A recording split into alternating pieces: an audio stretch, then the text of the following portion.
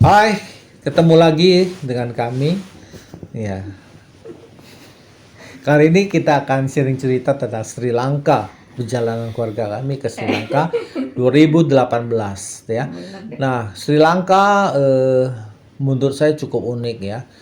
Sri Lanka secara garis besar beda sama negara-negara lain yang kita kunjungin. Kalau negara Asia lain yang kita kunjungin itu nggak terlalu asing lah ya wajah-wajahnya, kayak apa, Vietnam, Kamboja, Thailand atau Laos apa ya, Malaysia kita udah familiar ya fitur-fitur wajah mereka. Sri Lanka ini beda sendiri ya, secara fitur mereka beda sendiri. Nah, secara fisik, jadi itu pengalaman tersendiri lah ya. Nah, Sri Lanka seperti waktu ke Laos kita pakai KLM ya, supaya bisa ngerasain pesawat full board ya.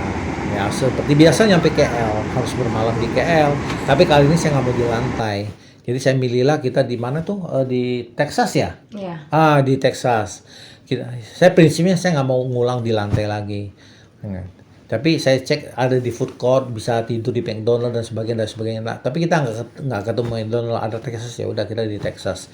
Tapi ternyata sama guys, nggak nyaman juga, nggak bisa pules karena apa? Bising orang mondar-mandir, orang makan, orang lewat ya.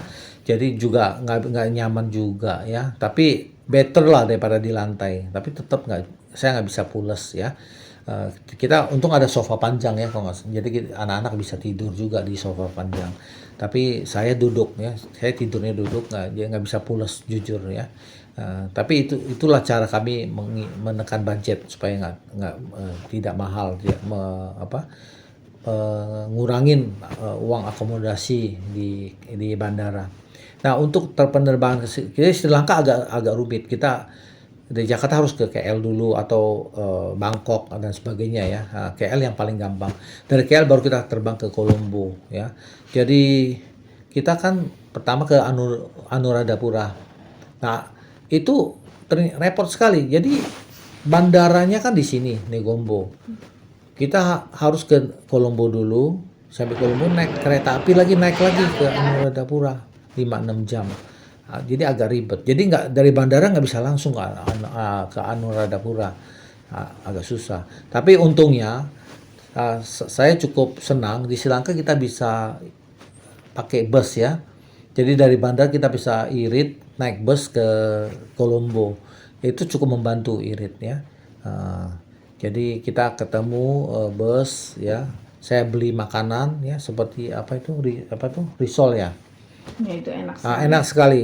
Tapi saya beli tidak banyak. Ya, pertama saya takut ketinggalan bus. Ya, kedua takut nggak enak. Ya, takut nggak enak. Jadi terus buru-buru bawaannya buru-buru. Jadi saya beli sedikit. Ya, tapi nyesel ya. Ternyata enak makanan. Jadi saya merasa belinya kurang banyak. Tapi ya udahlah, udah terjadi. Ya. Nah, busnya oke, ada AC meskipun busnya kurang terawat ya, tapi ada AC ya dan murah, tidak mahal. Kurang lebih hampir 1 jam lah dari bandara ke Colombo. Sampai di Colombo saya juga ngeblank ya, kemana nih? Ternyata untung dekat dari terminal bus ke stasiun kereta, dekat, bisa jalan kaki.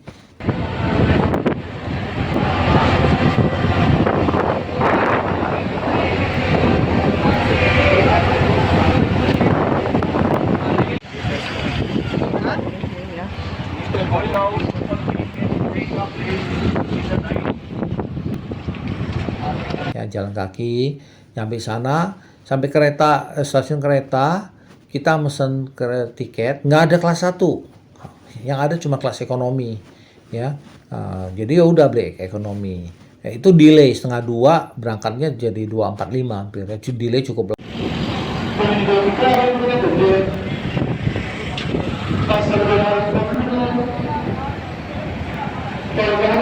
lama ya. Jadi delay itu ya kita beli makan dah. Kita makan siangnya seadanya, gorengan. Makan siangnya cuma temanya gorengan aja. Yang penting makan ya. Karena bingung, nggak ada jualan apapun di situ. Ya, begitu keretanya tiba, wah saya shock ya, saya shock. ternyata manusia semua. Waduh, ya berjubel-jubel gitu ya, berjejalan di dalam kereta. Aduh, bingung nih. Nggak naik kita, nggak nyampe, kita naik kok. Oh ya. Akhirnya keluarga kami terpisah dua bagian. Ya, mami yang anak-anak dan yang nomor dua terpisah di gerbong sana. Saya dengan putra sulung putri bungsu terpisah di gerbong sini. Kami terpisah saking banyaknya manusia. Ya, dan nggak dapat seat. Saya duduk di lantai sama si bungsu, si sulung berdiri jagain koper.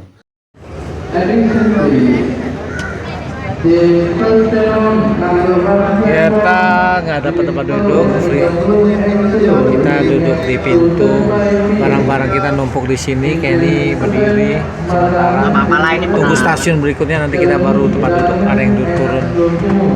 Nah, dan yang nomor dua beruntung ada seorang ibu Sri Lanka yang baik hati ya, ngasih tempat duduknya ke anak yang nomor dua. Tapi itu setelah perjalanan Cukup jauh. Oh, saya lupa tuh. Saya tidak tahu. Ya, minimal ditawarin ya. Kalau saya berdiri terus tuh. Ya, sampai makin lama penumpang makin berkurang, hari makin gelap penumpang berkurang, barulah kita dapat tempat duduk ya. Nah, tempat duduk di situ. Nah, di situ banyak jual makanan seperti zaman dulu Indonesia. Ya, lalu lalang penjual makanan semua. Waktu itu belum ada pandemik, jadi nggak ada rasa khawatir ya. Main beli aja, udah makan aja. Padahal dia megang duit, megang makanan. Aduh, kalau dipikir-pikir ya. tanpa sarung tangan. Tanpa sarung tangan, tapi karena udah lapar ya udah makan. Ya, tapi ya syukurlah nggak ada masalah, nggak ada yang mules, nggak ada yang mencret ya. Semua itu berlalu dengan aman. Terus ada jual kopi, cobain kopi sana. Ternyata ya nggak seenak Indonesia ya. Nah, yang berkesan di situ ada satu penumpang di depan saya atau di sebelah putra sulung saya, orang Sri Lanka, dia katanya ada dari angkatan laut. Dia pulang kampung. Orangnya pendiam ya, saya segan bicara sama dia, mukanya serius sekali. Saya juga agak males bicara sama dia, segan lah ya. Tapi di akhir-akhir makin deket dia makin ramah. Mungkin penumpang makin sedikit ya. Nggak ada bahan obrolan, dia ramah, mulai ngobrol sama saya juga ngobrol sama dia. Saya tanya masih jauh nggak, dia bilang oh masih jauh. Wah, saya shock ya. Masih lama, bisa-bisa 8:30 baru nyampe katanya. Waduh, kaget sekali saya, malam sekali ya. Saya paling khawatir nyampe satu kota yang asing atau negara yang asing itu malam hari, apalagi bawa anak-anak, karena itu suatu perasaan ya. Kalau nyampe pagi kan kita merasa masih rame, masih terang ya. Saya ada rasa was-was juga, meskipun Sri Lanka termasuk cukup aman sih ya, orangnya cukup oke lah, baik ya, baik-baik. Nah, jadi tapi saya tetap was-was ya. Jadi dia kasih tahu malam gitu. Dan saya berterima kasih sama ini orang, dia kasih tahu lagi bahwa Anuradhapura ada 2 stasiun. Kota yang sekecil itu, kotanya kayak desa loh. Padahal, tapi ya stasiunnya ada 2. Ada stasiun Anuradhapura, stasiun Newton Anuradhapura. Untung ada dia kasih tahu. Dia bilang kalau yang dekat lokasi wisata situs-situs itu di Newton justru katanya.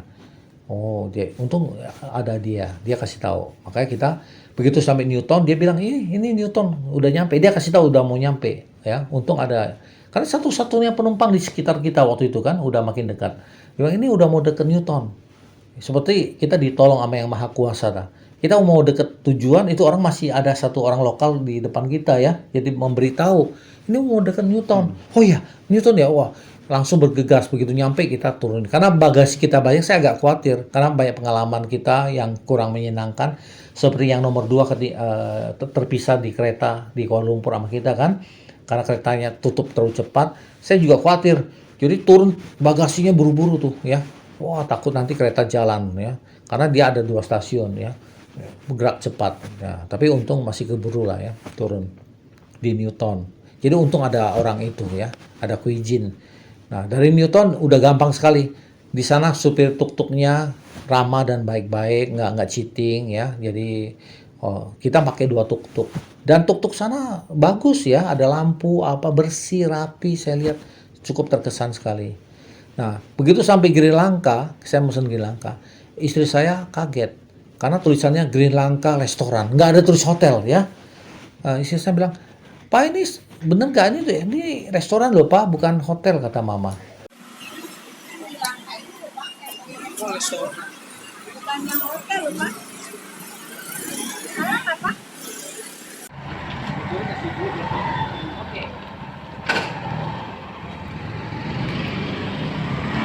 Alright, Sri Lanka. Ini Sri Lanka ini lho Pak, family restoran lho. Bukannya hotel lho Pak. Iya, katanya begitu. Tapi untungnya benar ya. Manajer menyambut kita, udah malam dan untungnya dia masih nyiapin makanan, bisa dipesan restoran. Untung masih bisa pesen makan ya. Kita kan bingung mau makan apa. Untungnya dia bisa rekomendasi ini aja, gampang katanya. Ya udah, kita udah pasrah aja, dia atur. Dan memang lumayan enak dan cukup praktis makannya ya. Makan udah baru ternyata kita kamar family room nggak ada, dia ada 2 hotel, satunya resort villa, satunya hotel di kota. Jadi yang family room di drop, diantar pakai mobil lagi ke satu villa di desa itu, di terpisah gitu maksud saya. Ya kira-kira begitulah ya.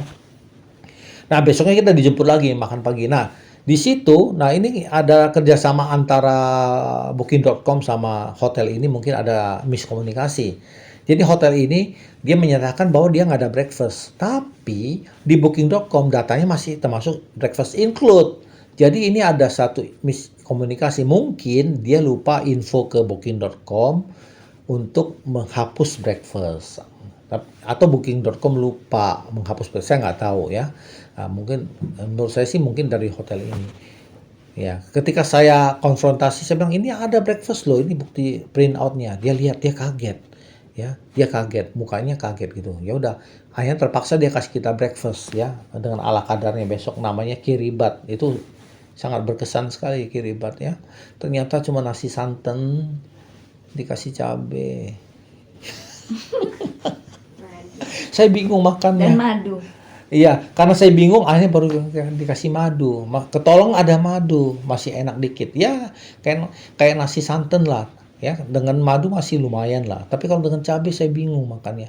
Sampai saya bilang manajer, coba kasih contoh makannya. Sampai saya gitu. Dia kasih contoh makannya. Pakai cabai, ampun dah ya. Mungkin karena dia kaget, nggak ada budgetnya, ya dikasih ala kadarnya. Dia masih ngomong ini makanan pesta loh, makanan apa. Padahal menurut saya dalam hati saya, aduh ini nggak ada lauk, nggak ada apapun. Nasinya oke, wangi sebetulnya pakai santan. Tapi kan kalau dengan cabai doang lucu gitu ya. Kecuali ada lauk, ada apa gitu ya. Ya overall gitu. Tapi overall dia cukup membantu kita karena kita nyampe malam. Besok pagi tur kita nggak ada mobil kan. Saya minta bantu dia cariin mobil dan supir. Dan dia bantu kasih kita mobil dan supir untuk dipakai besok ya. Cukup menolong juga sih ya, meskipun dia nggak bisa Inggris ya supirnya, tapi orangnya kelihatan baik sih ya, cukup baik ya. Kita kebetulan hari perayaan agama Buddha di Sri Lanka saat itu, jadi para peziarah tuh lokal rame sekali. Dan saya udah prediksi bahwa kalau di Sri Lanka Buddhisnya suka menggunakan baju putih saat ziarah. Jadi kita juga seragam putih, jadi nggak terlalu inilah ya, mencolok di antara keramaian. Coba kalau kita warna-warni mencolok sekali. Semua orang baju putih, kita sendiri warna pelangi gitu ya. Jadi kita juga baju putih gitu. Ya, secara umum Sri Lanka ya kita lihat situs-situs peninggalan kota kuno, itu kota udah 2000 tahun lebih ya. Jadi yang tersisa hanya stupa-stupa. Karena umumnya kalau kota tua itu rumah penduduk kan bisa sudah hancur, sudah tertanam, tertimbun dan sebagainya. Nah, bisa stupa karena tinggi dan juga tempat suci, tempat ibadah biasanya masih tetap terjaga gitu. Jadi yang tinggal hanya stupa saja. Ya, overall begitu saja. Jadi sorenya kita langsung ke Kandy. Nah, saya lagi searching ya, itu susah sekali. Gimana caranya dari Anuradhapura ke Kandy? Itu infonya minim sekali ya. Tapi saya nekat aja. Jadi ada info yang terbatas itu. Saya kasih tahu sopir, saya mau ke Kandy. Dia antar saya ke terminal ya. Terminal. Tapi mobilnya kecil sekali. Jadi harus 2 kali angkut kita. Ya, karena kita bawa koper kan. 2 kali. Yang ada tuh minibus ke Kandy. Nah, ternyata minibus itu tidak menyediakan bagasi, nggak ada bagasi. Akhirnya koper-koper kita harus ditaruh di seat. Kita bayar 2 seat tambahan hanya untuk bagasi. Karena dia nggak ada nggak ada bagasi bus ya. Kira-kira begitu. Dan supirnya menurut saya sih cukup ugal-ugalan ya, cukup ngawur itu. Aduh, saya berapa kali jantungan itu, cukup Candy itu. Tapi kerennya baik sekali, ya cukup perhatian sama kita. Sampai naik kita mau turun di mana, dikasih tahu udah mau nyampe dan sebagainya, ya ya cukup perhatian. Nah, saya juga bingung mau turun di mana. Waktu dia naik mau turun di mana saya bingung, ya. Kalau saya nggak tahu dia jalurnya apakah lewat hotel kita atau tidak, saya juga tidak tahu.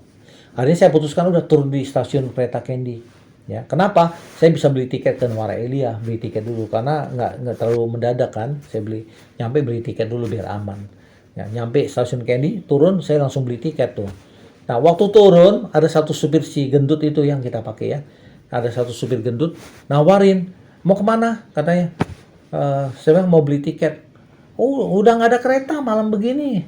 Dia bingung, malam-malam kita mau beli tiket. Saya bilang enggak, buat lusa, buat hari ini. Oh, dia ngerti.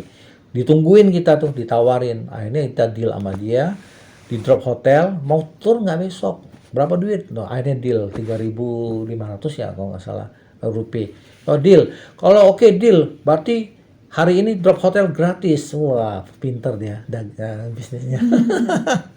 Ya gaya Sri Lanka tuh ya. Oke, gratis. Ya udah pakai dia. Nah di hotel Candy City Stay itu ternyata nggak begitu terkenal di Candy karena saat kita ngomong ke supir tuk-tuk nggak semuanya tahu ya. Mereka lebih tahu Candy Hotel aja, Candy City Stay nggak semua tahu. Ya jadi hotelnya lumayan kecil tapi oke lah. Nah yang menariknya itu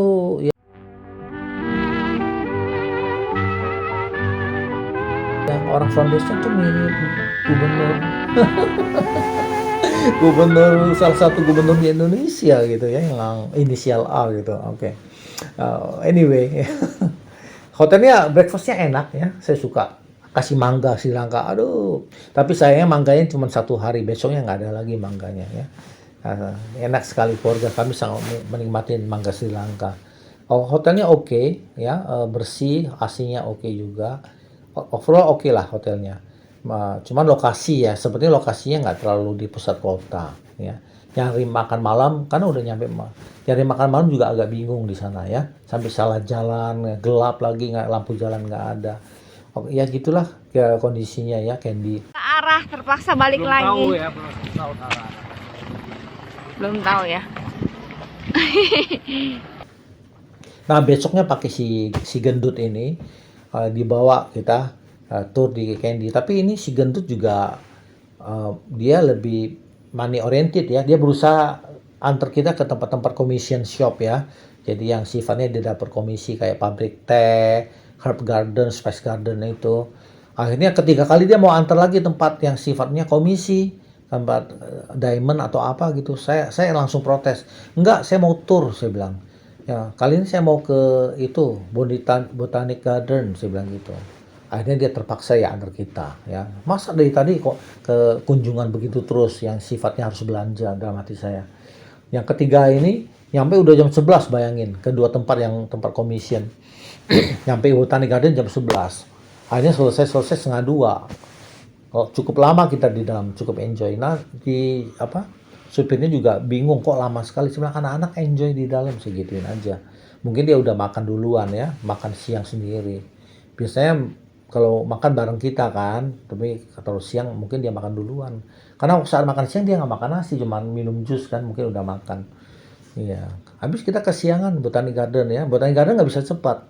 Ya, Botanic Garden itu rekomen banget, salah satu menurut saya pribadi selama bawa tur salah satu taman yang paling bagus ya, yang pernah saya lihat, taman tropis yang bagus ya dibanding yang lain-lain yang saya lihat ya. Itu bagus sekali ya, tamannya terawat dengan baik dari zaman kolonial Inggris ya. Itu sangat rekomen, meskipun tidak murah untuk turis tuh di atas 100.000 hanya untuk taman itu, dibanding Kebun Raya Bogor kan murah ya, tapi itu tidak murah tapi worth it lah ya, sangat worth it. Nah waktu masuk kami kecewa, mau sewa pakai mobil yang keliling itu nggak ada, mobilnya ada tapi nggak ada supirnya kan. Kita sempat kecewa tuh, aduh saya mikir capek nih keliling. Ternyata kita nggak nyesel ya, karena apa, dengan jalan kaki kita bisa moto puas, kita bisa pelan-pelan menikmati pemandangan. Kalau naik mobil kan kayak disencen buru-buru gitu kan, Jadi pasti nggak enjoy. Ya. Kira-kira begitu cerita tentang Candy. Kemudian besoknya kita ke Nuara Elia. Di Nuara Elia itu yang paling keren itu perjalanan kereta yang salah satu yang terindah di dunia panoramanya ya. Karena itu banyak lembah, bukitan, pegunungan yang bagus sekali ya. Nuara Elia sangat rekomen sekali. Di Nuara Elia kita cuma semalam ya. Kita semua buru-buru ya. Karena ada tur keluarga berikutnya ke Malang ya. Padahal itu perlu 2 malam Nuara Elia. Kita hanya semalam. Jadi semua serba buru-buru. Nyampe Nuara Elia pun udah jam makan siang. Ya, tahu-tahu udah makan siang duluan, udah sore ya. Cuman bisa satu air terjun aja. Ya. Itu pun diantar ke tempat commission shop lagi ya kan. Ke tempat yang kayu-kayu itu, apa? Produk-produk kayu, ukiran kayu, ya, kerajinan kayu. Ya, gitulah ya. Nuara Elia lebih dominan ke juga ladang teh, pabrik teh, air terjun ya. Dan nah saya memilihnya di camper van. Kita pertama kali ngerasain tidur di camper van ya, Nuara Elia. Tapi camper van-nya tidak berjalan di satu tempat di pinggir danau ya. Di situ cukup berkesan. Selama perjalanan kita tuh paling dingin ya. Paling dingin tuh Nuara Elia jam 17 derajat ya. Terus kendalanya cari makan, di sana agak susah ya. Restoran cuman ada 1-2 ya dan tidak murah sana ya. Cari makan malam jujur agak susah di sana. Kan ada pun tidak murah ya. Jadi semua menganjurkan kita di Indian Summer. Saya heran padahal ada restoran lainnya. Mungkin nggak enak atau tidak gimana ada. Padahal Indian Summer nggak murah. Kita hanya ngemil-ngemil bukan makan utama loh. Habis berapa? 400.000 ya, 500.000. Hanya ngemil loh ya, bukan makan utama, hanya ngemil kayak gitu-gitu yang ya, tulisan seperti itu. Prata, roti, cane, nan itu sudah hampir 400-500.000. Itu pun tidak banyak sekali kita pesen. Ya gitulah. Terus malamnya dingin sekali, masih ada nyamuk, ada lubang di bawah. Nyamuknya besar-besar. Nyamuknya besar-besar ya, aduh ya dingin sekali ya. Saya susah tidur juga karena kedinginan. Dan malam-malam ada suara. Saya bangun, saya pengen kencing, saya keluar di permukaan air danau. Ada suara. Saya juga sempat kaget, sempat ngeri ya. Dan kamar mandinya nggak bisa dipakai. Ya. Bisa kan berfan ada kamar mandi di dalam. Akhirnya kita harus pakai kamar mandi di luar. Ya, untungnya dia ada kamar mandi di luar. Tapi ya repot. Kita harus keluar kedinginan gitu ya. Ya, Nuara Elia begitulah. Terus Kolombo ya nggak terlalu berkesan ya kalau Kolombo ya. Kolombo biasa aja, kita cuman moto-moto ya, pakai tuk-tuk ya, cuman lihat wihara ya, terus tukar duit, terus apa lagi? Ya Kolombo secara umum nggak terlalu inilah ya, istimewa ya. Makan siang kepagian, kekenyangan si Kenny ya. Terus ya gitulah Kolombo, tur sampai jam 3-an langsung pulang ke apartemen. Nah masalahnya apartemen kita itu bukan di kota Kolombo, di kota Dehiwala ya, Dehiwala. Makanya istri saya protes kenapa kita dari Nuara Elia nggak pakai bus umum. Baru dari terminal bus nanya harga, ternyata ke Kolombo 600 ya. 5 orang jadi 3.000. Molly sampai Kolombo. Kalau yang ke Kolombo, saya katakan bahwa hotel kita bukan di Kolombo karena Kolombo kan mahal. Jadi milih Dehiwala ya untuk apartemen. Nah Dehiwala ini jauh dari Kolombo. Kalau kita naik bus sampai Kolombo malam, udah mau malam, udah gelap, kita naik lagi tuk-tuk ke Dehiwala. Naik tuk-tuk ke Dehiwala itu jauh dari Kolombo. Tuk-tuk pun nggak bisa satu tuk-tuk, mesti 2 tuk-tuk.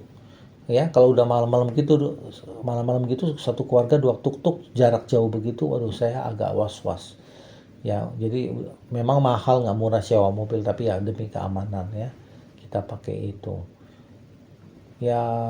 Dehiwala sih tempatnya, apartemennya oke, cuman lingkungannya kurang ya. Meskipun dia bagus, lengkap, dia ada terminal bayangan, terminal bus bayangan, dia ada stasiun kereta, lengkap loh. Menuju Kolombo. Ada minimarket. different juice. Ada restoran ya, sebetulnya cukup lengkap. Ada travel agency juga di sana. Ya, kantor travel agency kita ya di sana juga, yang kita sewa mobil ke bandara hari terakhir. Terus ada kolam renang, lumayan sih. Ya meskipun di lantai 17 tinggi sekali ya. Nah, lumayan oke lah saya bilang ya, tidak terlalu mengecewakan. Ya kira-kira begitulah. Dari Kolombo kita pesawat malam. Pesawat jam 10:30 ya ke Kuala Lumpur ya. Nah, itu pun juga agak tegang karena ternyata di luar dugaan itu macet sekali Kolombo. Kita nyampe ke bandara itu pas-pasan waktunya ya, check in. Itu cukup macet loh ya. Padahal jaraknya tidak jauh. Harusnya 1 jam bisa lebih dari 1 jam. Tidak ada tol. Sampai sana kita makan dulu ya, makan baru boarding. Itu last minute.